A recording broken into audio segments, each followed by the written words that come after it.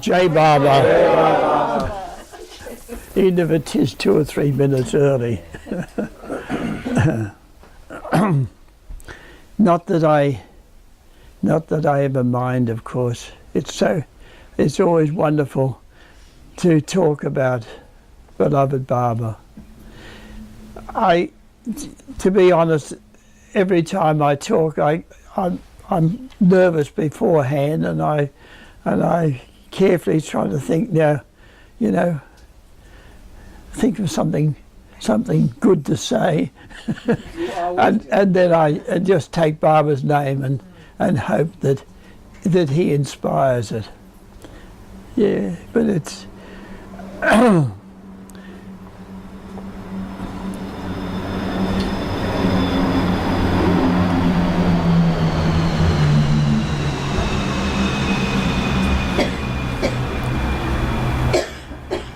in 1965, when there was, Baba said there was going to be another East and West Sahavas. He sent a message to me saying that he would give me 7 extra days, and I was happy, but at the same time I was also occupied, taking names of those who had come, and then noting those that were then cancelling and so forth. You can imagine the process of again organising a sizable party from Australia to India.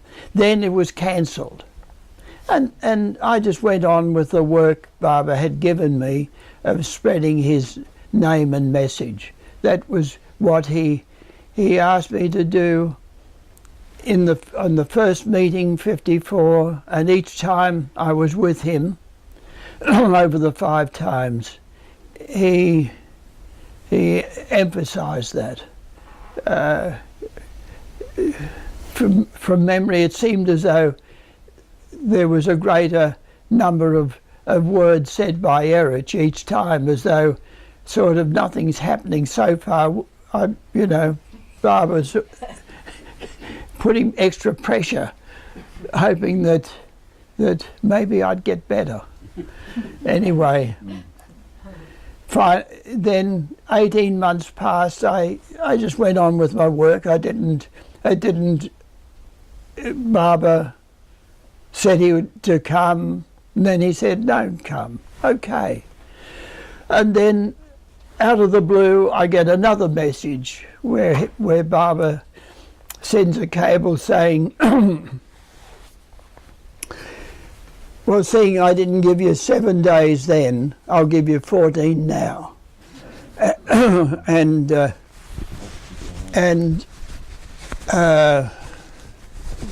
on. I seem to have a little throat, perhaps this might help. So,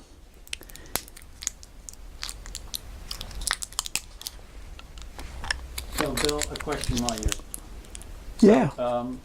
Francis was living there then, but Erich was communicating to you from Baba? Still basic? Yes, yeah. Well, cables came, yes. I would write. There was a short period where Baba said to write directly to him, and then it went back into Francis, and so there would be letters from Francis, and there would be messages embedded in those letters from Baba. I'm not saying every time, but sometimes, and otherwise there would be cables direct from Baba. Some of them are listed in my book. One nice, why I don't know, but it comes to mind. There was a little period of silence. I can't remember what happened, but Baba then sent a cable saying, "How are you?" which prompted, of course, a reply. And okay, so I was, of course, receiving this message from Baba that I was to get 14 days and I was to be with him at Meherazad, and of course I was naturally so happy. But when I arrived in Bombay, and I stayed the night before travelling the next day to Meherazad, there was some hours of a sudden, how would I put it, an awareness that this was different from a darshan program, a Sahavas program. It was different from just being with Baba in the midst of a crowd. I was going to be with him at Meherazad for 14 days. And there was the sense for a time, I was unsettled, you could say, in thoughts and feelings, in the sense that this was like, it reminded me of the musts who when they were encouraged to come to Baba would say, no, he means trouble. And somehow I was aware that this was a step into, how would I put it, into another new life, or it was definitely a momentous further step in, if you like, when in first hearing of Baba was the beginning of a new life for me. Well, this was a much more momentous moment, and don't put your hands on the microphone. Oh, sorry. Just make a funny sound. I'm praying for guidance. Cut that out. Yes.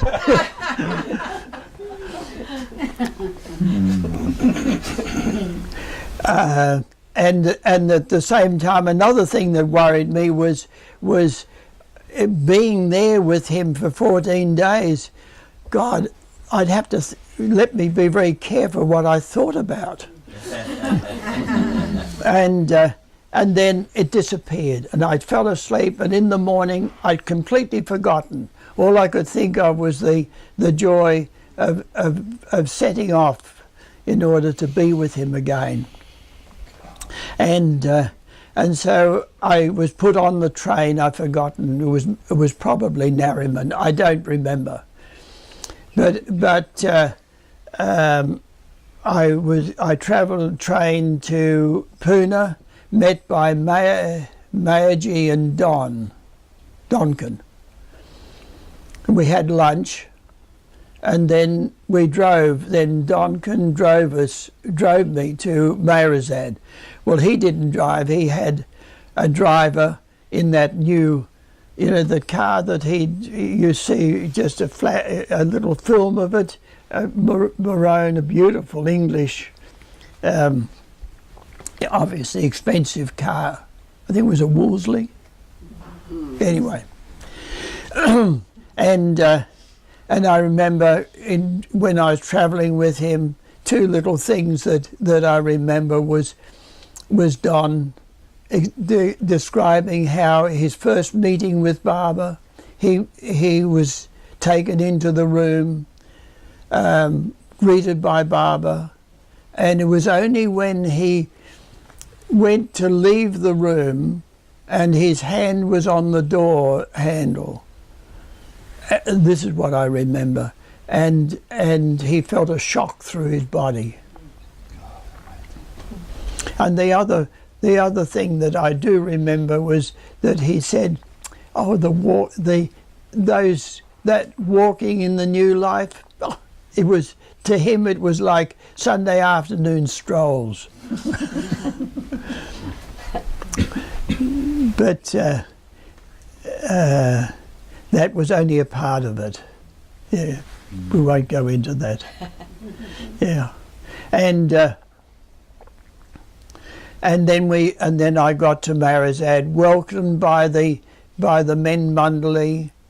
It was later in the afternoon by this time, and Baba had retired to his bedroom, which was, of course, as you know, in the main house on the women's side. And I slept soundly, woke up delighted in the morning with a thermos of tea. Oh boy. Yeah. I think that was right. Well, what I don't know. Maybe it wasn't. Yeah. Did we have breakfast? Anyway, I'm sorry, I can't remember the sequence, but okay. It came time, and I went in with the men Mandali into Mandali Hall before 8 o'clock, in order to be there when Baba came at 8 a.m. That was the time. And Mandali Hall was, of course, as I've said before, was quite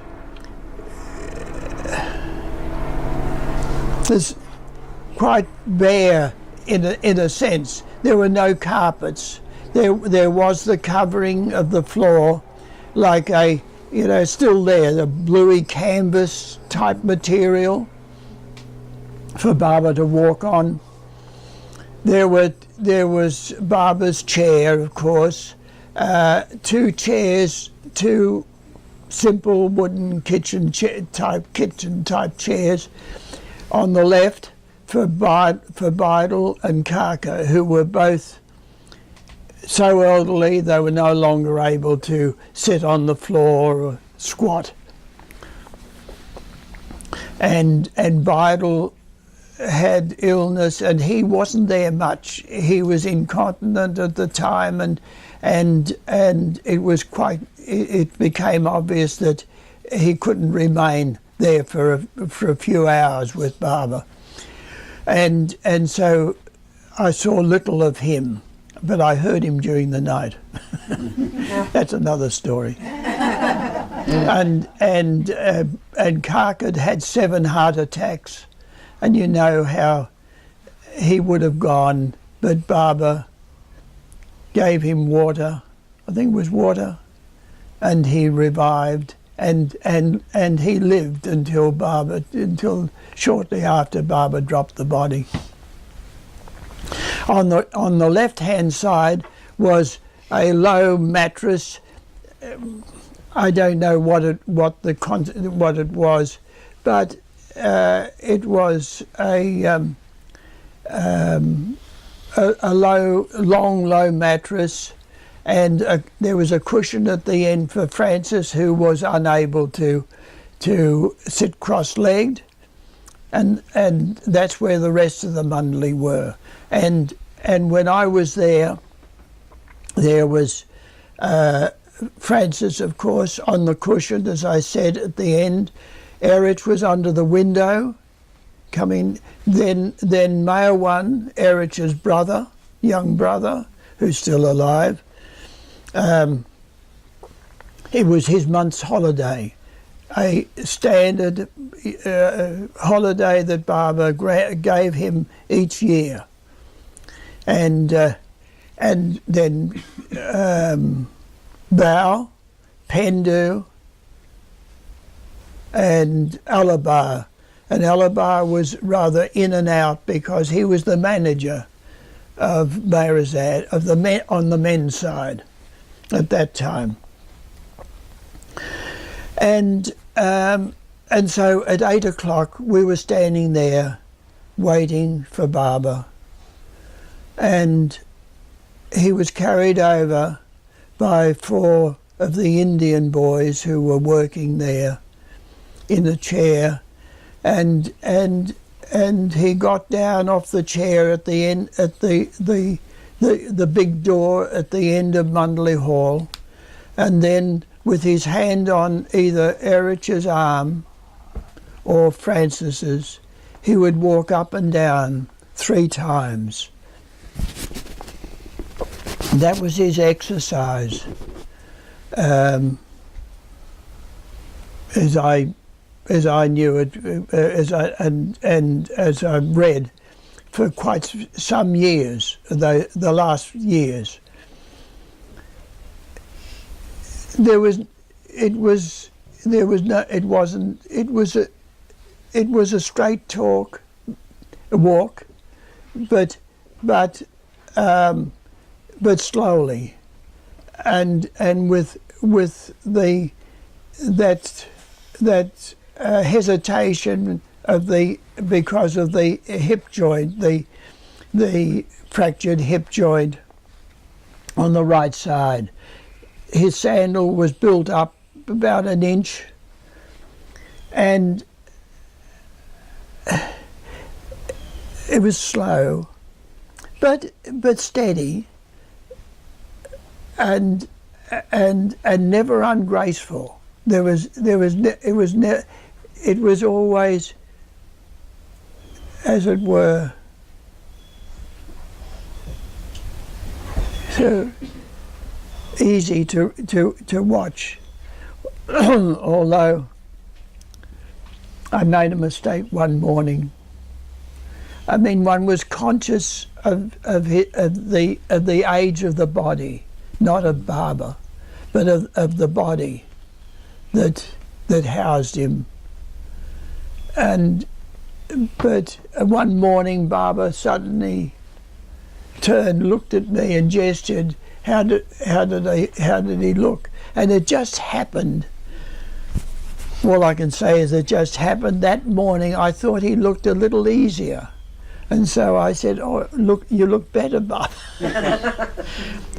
Baba, sort of gesture of how unobservant,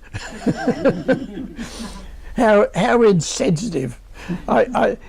These things one remembers. All these little aspects of my time there with Baba, and I writhe when I think of how, I don't know, how would I put it, so immature. But I'm hoping that I'll get better as the lifetimes go by. Next time he comes, I do hope I'll be better. Anyway, then he sat. The neck brace was put on, and as he sat, I didn't see the gesture, but it was either a gesture or it was understood that then we could sit, and so we all sat down. And Baba's skin was absolutely pale. There was no colour.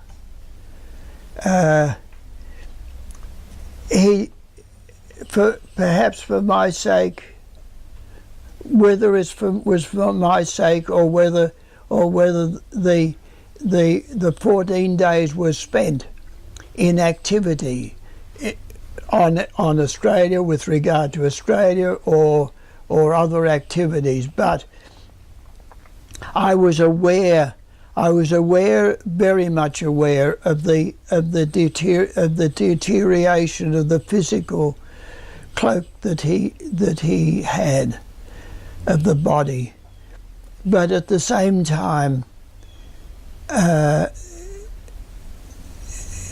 it were, he kept me so occupied that it's only now when I think back and I think, how could I have not been more aware of what he had obviously gone through over so many years. But there, in those over those 14 days, it was work, and I was happy with that. Actually, only recently, Steve Klein was going through notes that he had been given that were made during the 60s by Bal Natu of all the remarks that Barbara made, and much of it was lost. But there was one that it was shortly after I'd been there in '67, and it's rather sweet that Barbara said, "My work is Bill's rest," and it's true that I like being given work.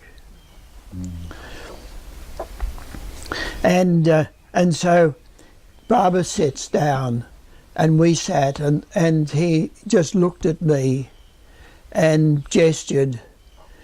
Bill looks like one of the Mandali.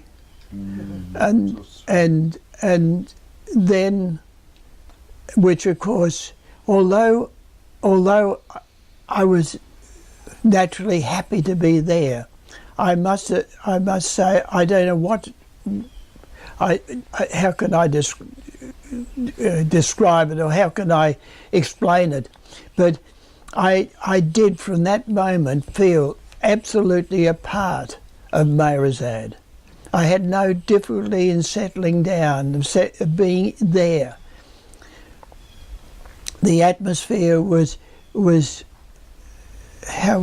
incredible, timeless, absolutely timeless. I lost track of the days. I wasn't aware what day it was. There was an incredible stillness, an incredible stillness, calmness, absolutely peaceful, and yet incredibly alive at the same time. There was I felt alive in every part of my being during that time, and yet at the same time absolutely restful, as though this is it. I don't want to go anywhere else. No. It again, all I can say is timeless. And yes, it also gave there was that touch. Looking back, I realise it reminds me of that line in the Song of the New Life, where Barbara says, he talks about destroying the garden of your life and planting it again with seedlings of contentment and self-sufficiency. And that was the feeling that I had. And so it how would I put it? I strive to return to that, or to live with that degree of contentment and self-sufficiency that focused on him. And then he said, "Francis, hand over Taza boat over to Bill. Francis is free.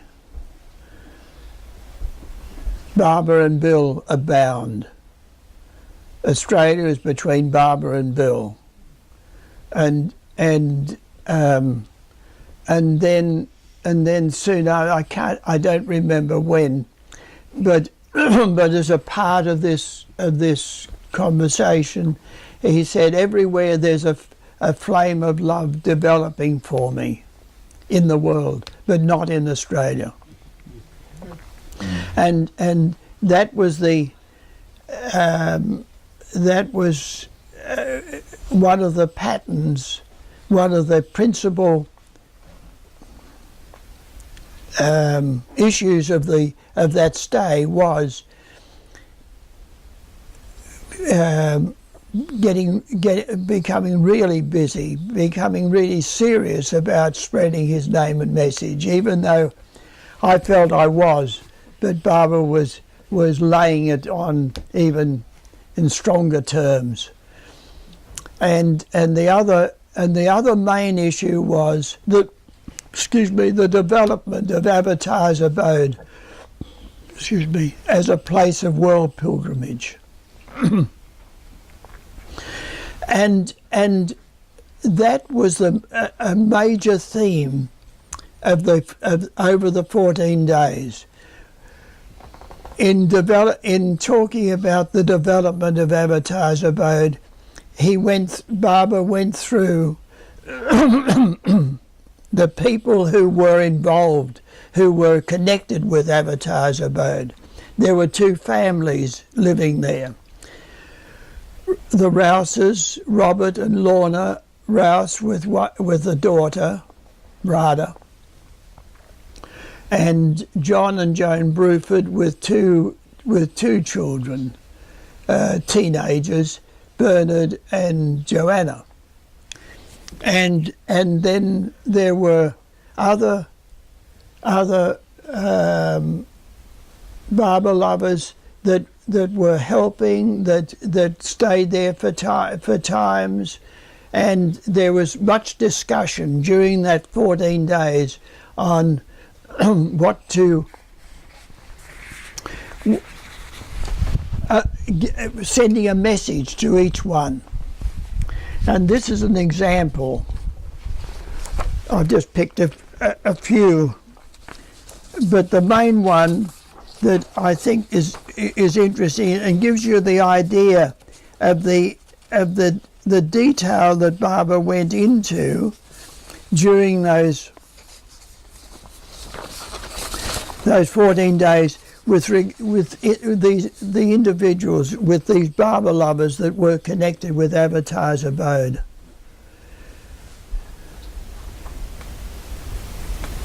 Any question? You am I explaining things? Yeah. No, I'm sorry. I thought you might. How did you get the notes, maybe? You're all right. Okay. Now, Robert at that time was younger than I was then. He was, it doesn't matter, 30s. But he had been nominated, he'd been designated as the manager of Avatar's abode after Barbara's departure there, after he had been there, and Francis left to be with Barbara in India. Robert, 58.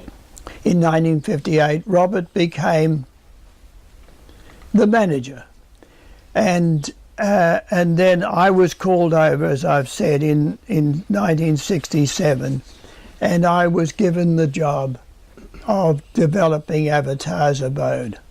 I was taking over that role, and so this was. These were notes. These were the message that Barbara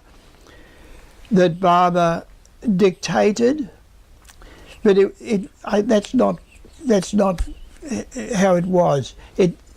Each person there, it took quite some time to discuss what should be done. How should they live? Now, Avatar's abode was in a rather sparsely populated area of Australia, north of Brisbane. Brisbane is the capital of Queensland. And Avatar's abode is about 65 miles north of Brisbane. And at that time, there were very few people living in the area. Although it was at the time 100 acres in size. I mean, that is the size, 100 acres. It's at the top of a hill, of a 500-foot hill. It has a beautiful view to the ocean, but it's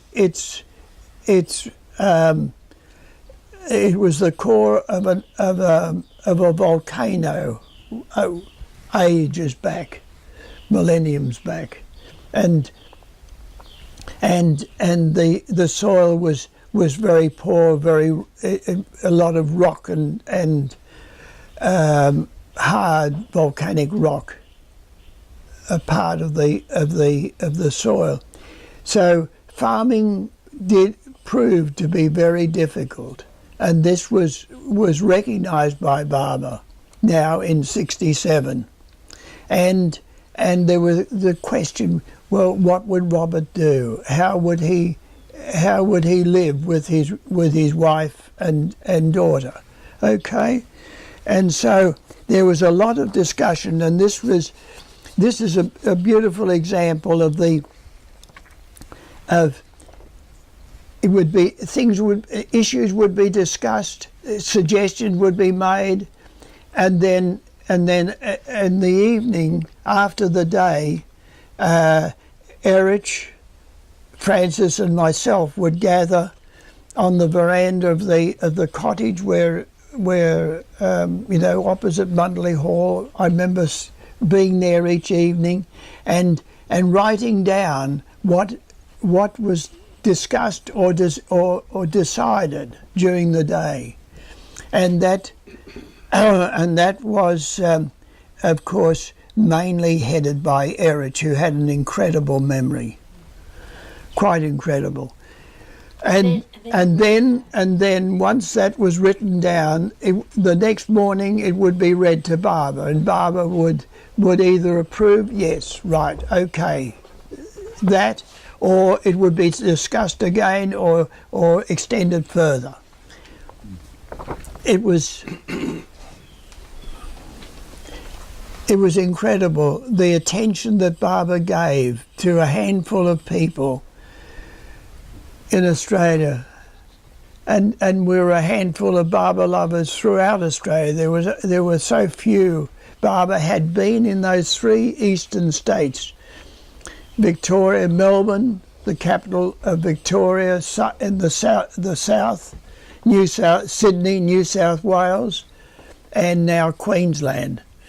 But throughout those 3, how would I put it? Well, the number of Barber lovers, including the children, who were there in 1958 when Barber came the last time, it was 55 or 56. Sorry, one or the other. And yet the time that Barber spent, this was so important. What do I know? All I can say is that it's so clear to me that Australia must have a role in Barber's cause over the next 700 years. There's no question, because of the time that he spent talking about the development of Avatar's abode and of the handful of people at that time who were involved with it. And yeah. So this was an example. Robert is not to feel in the least that he is being bypassed in favour of Bill. Barber is well aware of all the difficulties he has been through and is well satisfied with all his and dear Lorna's efforts over the years. There are no personalities in Barber's work. An important point, isn't it? Barber alone does his work, but it pleases him to use this one or that one in his work. Now a new phase in the development of Avatar's abode begins, and it falls to Bill to direct it. And Barber wants Robert to wholeheartedly cooperate with Bill and work under his direction in the development of the place. In so doing, Robert will be cooperating directly with Barber in his work in Australia. And then these so basic, so human. Robert is to discontinue farming and earn his living outside. But Barbara will not be happy for him to remain a day labour. Isn't it beautiful? But wishes him to look around and get a more remunerative job, one that will enable him to keep himself and his family in good circumstances, have his own car for going to work and for visiting, etc. I'm so human. It was just incredible. The attention that Barbara gave. I could see him sitting there listening as we made suggestions, as we would talk and bring things up, and Barbara would often go like this. You could see him sort of thinking about it, or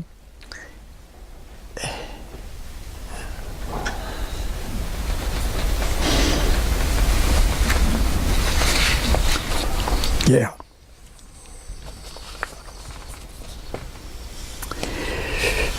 Everyone at Avatar's abode should establish himself as a person of consequence in the district. I love that. So that the whole district can gradually be won over to Barbara. I like it. So that Avatar's abode becomes a place towards which all eyes turn.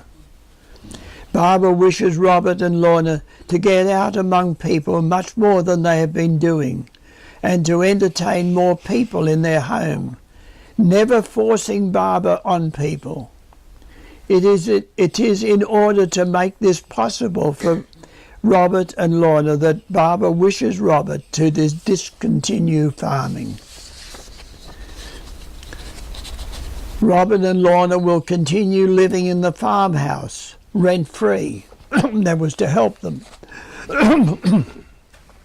Avatar's abode at that time, in 67, there was the Brufords, John and Joan Bruford that I mentioned. They had built a house on the abode as Barbara permitted them to do so. And Robert and Lorna lived in the old farmhouse that was there originally. When the property was bought, it was a rundown pineapple farm. Very rundown, very overgrown. It had been abandoned or, vacated quite some time. And the farmhouse was then moved on the back of a truck. I'll never forget going down the slope of the hill to where it was put on another ledge further down. And that's where Robert and Lorna lived and did so until they died. Robert died recently. A few years ago. A few years ago. I lose track of time. And apart from that, there was only Barbara's house, which we had built for him to occupy, and a meeting hall close by, which was very unfinished. That's another story. I've talked about that at other times. Okay. They will also continue to have their present garden area, and that also should be a delight to the eye. Robert should contribute 1 day's labour a week under Bill's direction to the general maintenance improvement of the property. And so it goes on. But the main thing was I'd like just to convey the loving human natural attention that Barbara gave. The Creator sitting there, spending hours each day on, as I said, a handful of people.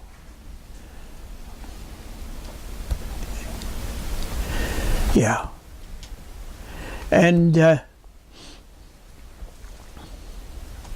And then at the end of the session in the morning, Baba would get up and we would rise and he would then be helped out to the chair that would then carry him back to the house. And then in the afternoon there were times when he would return, but other times he would stay, and correspondence, Erich Bauer would take correspondence to his bedroom and read to him there, and he would dictate whatever replies that he would give a responsive correspondence. There were times when correspondence was read to Baba when I was there, and again the Baba would give such attention to each letter that, or cable, or whatever it was. And I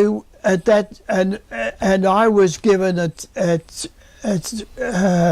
of the things that I was given to do while I was there was to read the letters that the American Baba lovers, Alan Cohen, Rick Chapman, Robert Dreyfus, and various others, would send to Baba detailing the incredible response that they were receiving in America. The hundreds that would turn up to their meetings, and not only come to the meeting, but then seek further information after the meetings, or buy books, or read, or be happy to be given material to read. And all this was to grind a little bit of something into me and make me more and more despondent about the efforts that I had made to perhaps just give one example. I think I've said it at other times, but perhaps for anyone who has not heard me before might wonder, well, what had I done? And a little example was after 1962.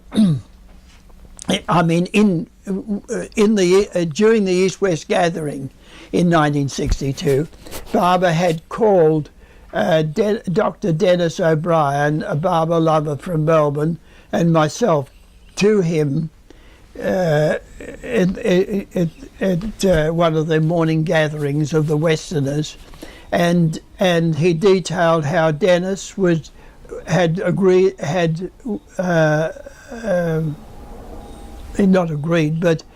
volunteered the money that would take to publish the Everything and Nothing, which had been prepared, those discourses and messages of Baba's, and that I was to publish them.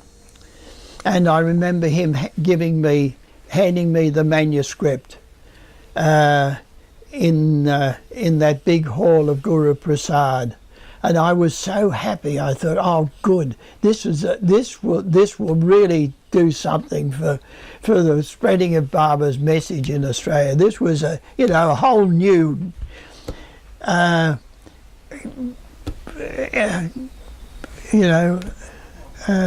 opening for his work, and so I sent off hundreds of copies to. I got hold of the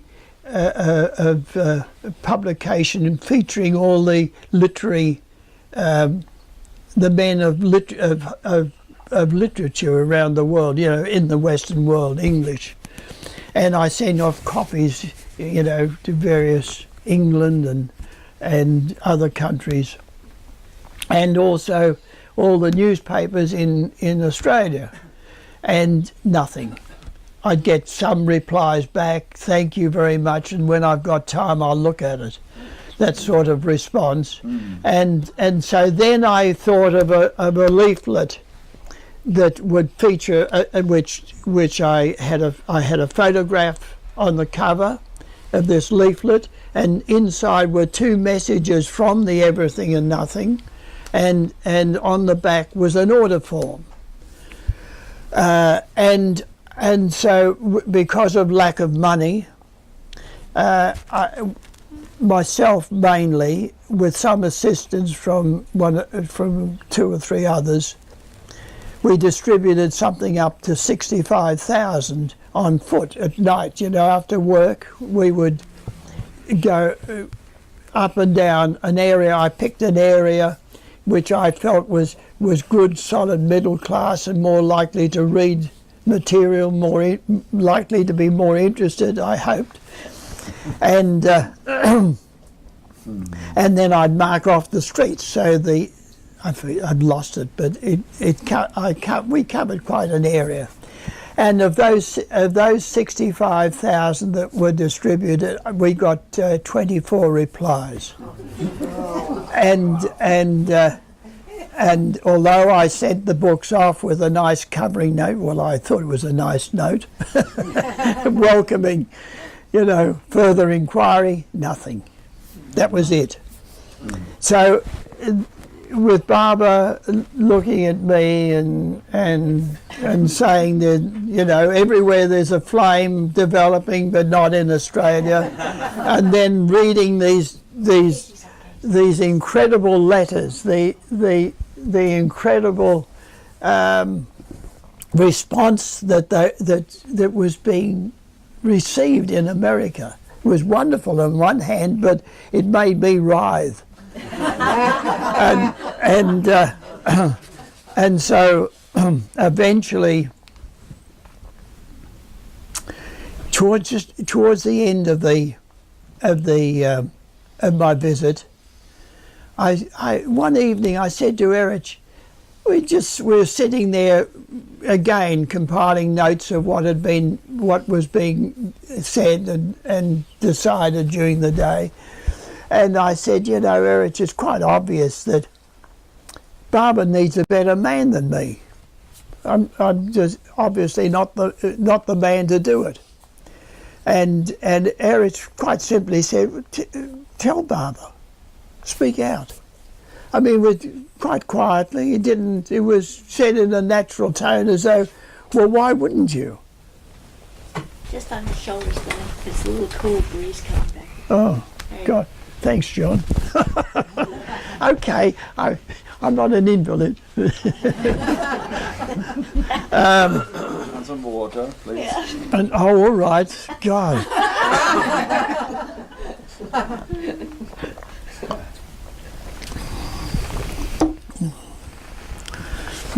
All right, is everyone happy now? So the next morning, 8 a.m. as usual, and Barbara sat, and before anything was said, I said, Barbara, you better. I've forgotten what I said, but I no doubt said it in a very stumbling fashion. I wasn't very articulate in those days. Barbara has brought some degree of change. I'm not like the others that have died, but the greater ones. But in those days I was very inarticulate, and Barbara just looked at me. There was nothing said. He just went like that, which I knew, of course, meant turning the key. Mm-hmm. And I love to say to people, just think, there's a man sitting in a chair, silent, in India, gesturing that and everything happened 7,000 miles away. From that moment, all the young ones that are now middle-aged and yonder came. Yeah. Whereas I had virtually, if anything, the Barber group at that point had declined in number because getting on in age, they were dying. But now a whole new family of Barber lovers emerged. Yeah, because of Barber simply turning the key. Okay, and return to those days. Again, not only did Barber give a message, encouragement. For example, let me read a short one. May Lundquist was a wonderful help in the work. She didn't live on Advertiser Boat, although Barbara said she could do so, but she was very active in Brisbane, lived there and very active and was the centre of a very good Barber group that developed there as a result of Barber turning the key. And this was the message to her was, May should carry on fearlessly with the work in Brisbane of spreading Barber's message, never missing an opportunity to tell people about Barber, but never, underlined, forcing Barber on anyone.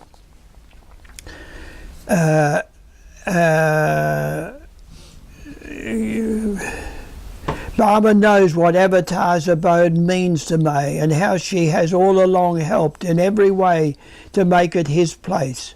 She should always regard it as her home and her place of retirement when that time comes.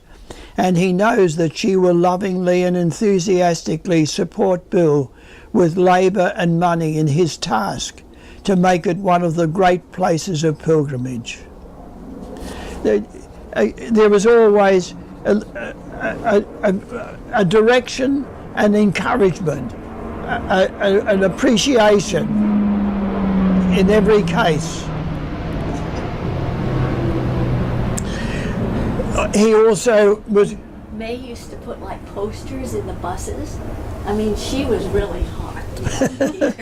She was wonderful help. I loved what she was doing, and she was a great help to me, no doubt about it.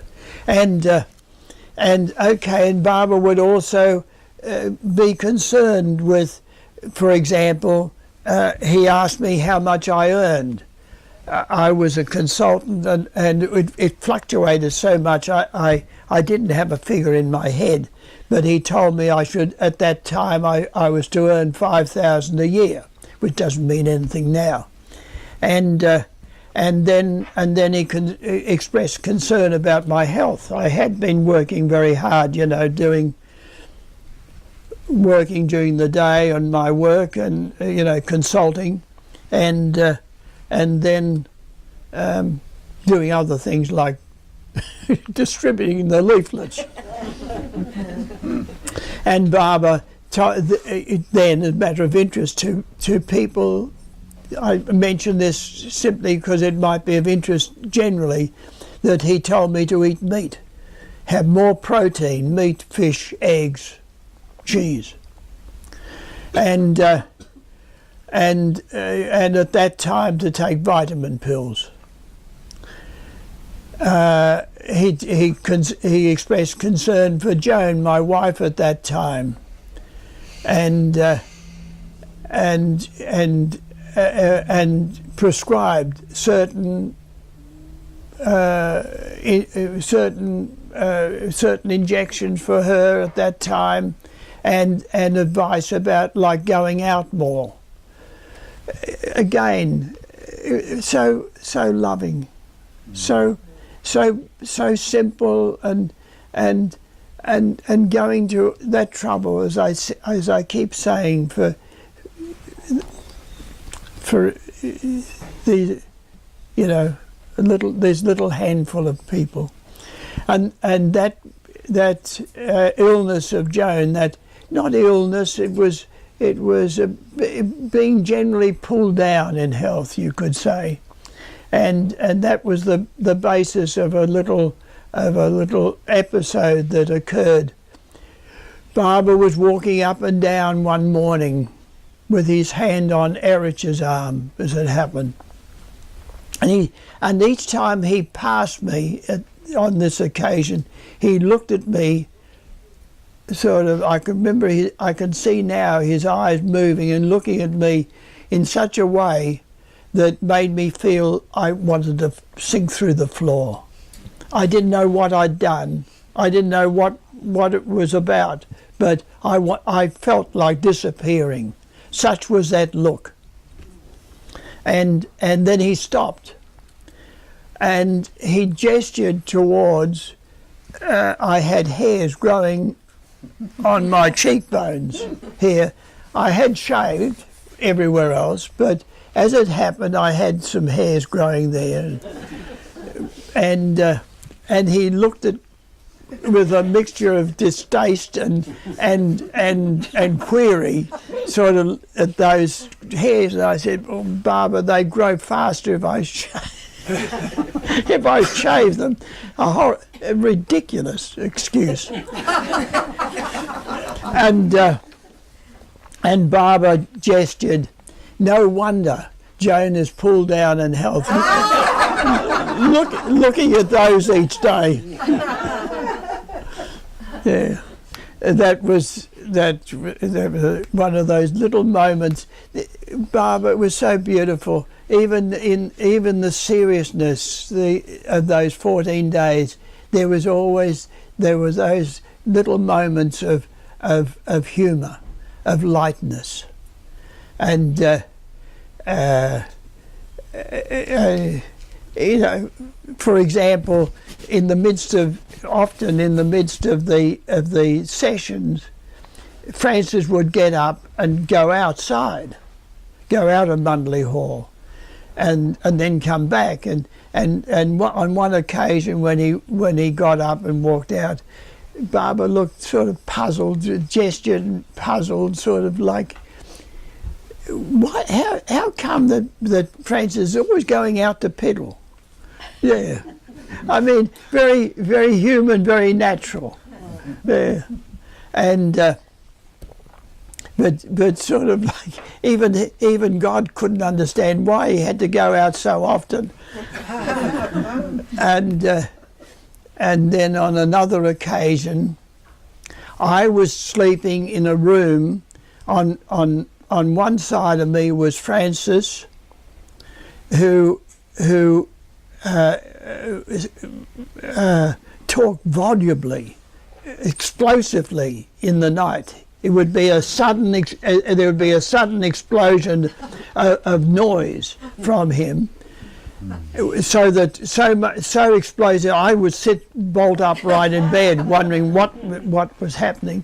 And on the other room, on the other side of me, was Bidel, who, not being well, would doze so much, and in the middle of the night he would be awake and sort of nothing happening, and he'd give prodigious yawns, sort of making it clear that he was bored and there was nothing was happening. And well, I don't know, but that was what it sounded like.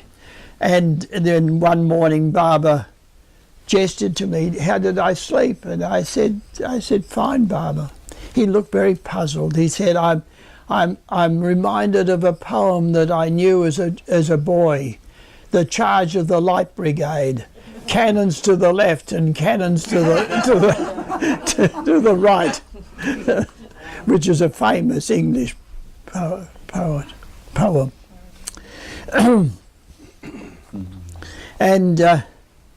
And so those days,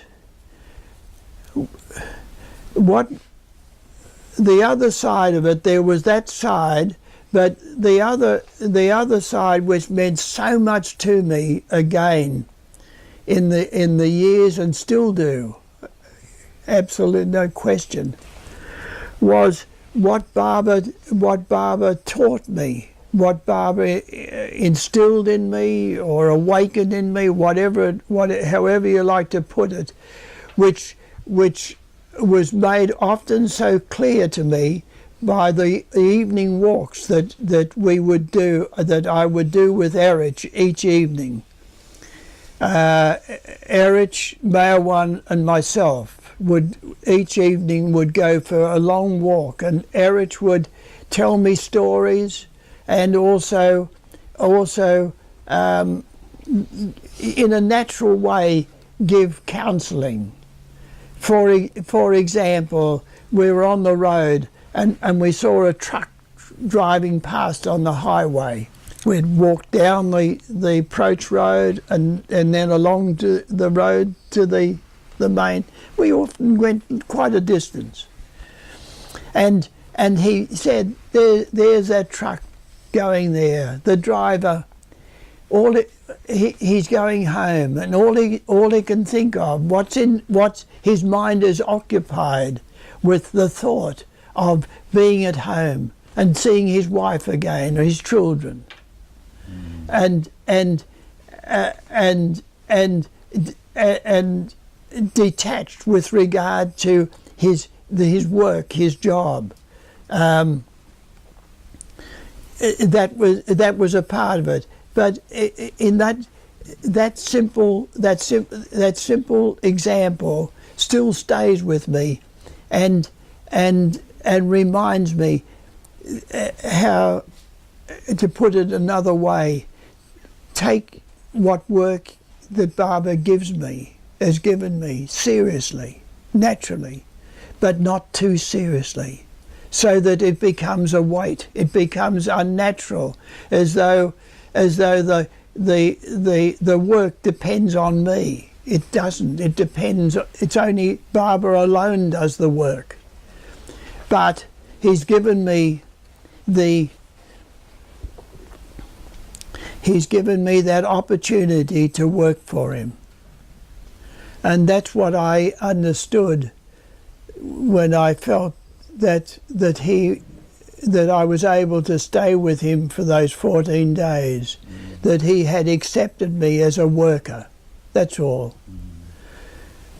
To his gesture that I looked like one of the Mandali, to me was a gesture that enabled me to feel so much at home, which I did. It was quite delightful how I was embraced, and yet at the same time it was so clear that each one of them focused entirely on Barbara. Yes, they would greet me so lovingly. They would do little things or say things that might be helpful to me, and yet at the same time I was simply another one of his creation, and all they were concerned was with the Creator. The focus was so naturally entirely on him, and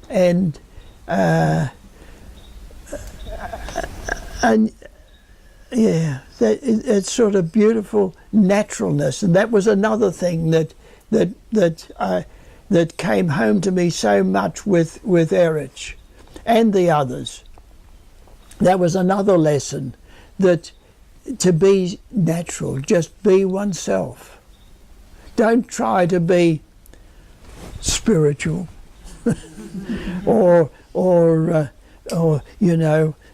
Well, this is a very serious business, this whole matter of spreading his name and message, and yeah, no, be natural, be light, because it's in his hands. But how wonderful that he gives each of us an opportunity to express, to serve him by thinking of him in whatever situation we're in, which would naturally, as it were, affect the atmosphere, help help in terms of the horrible state of the world at the moment. And there were, in so many ways, in so many natural ways, Erich put into words what Barbara was teaching me in silence. Again, another word that Erich used often was nakedness. Become naked in the work. Become naked, meaning don't take any notice of what people say and do. Focus, keep your focus on him, and disregard the insults or the rejections, the humiliations that one naturally does get by trying to serve him, trying to do work in any way whatever capacity one can be for him. And yet at the same time, in the midst of that, one does become aware of how he supports one, irrespective of the little trials and tribulations that he hands out to one, and yet his hand is there.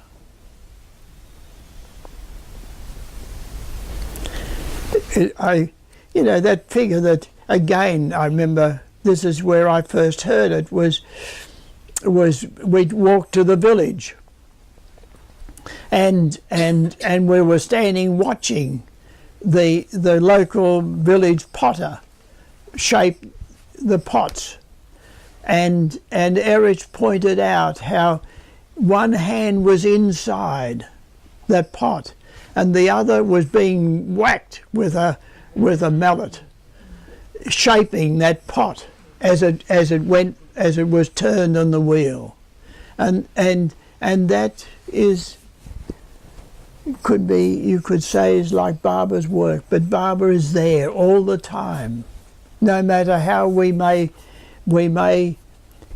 apparently suffer with those blows that he gives us for our development, but he's there supporting, saying it's all right, I'm with you. That period, there's so much more that I could talk about, but it's after 5:30, 4:30. Sorry. Can you describe your final parting on that trip to Balkan? Ah, yes. Interesting. I was so pleased. I was so happy at that whole 14 days with him. I was so happy, and I was so happy that he'd given me this extra work to do, the development of a place of pilgrimage for him, a place of world pilgrimage. Oh man, I was all ready, and what I was conscious of was that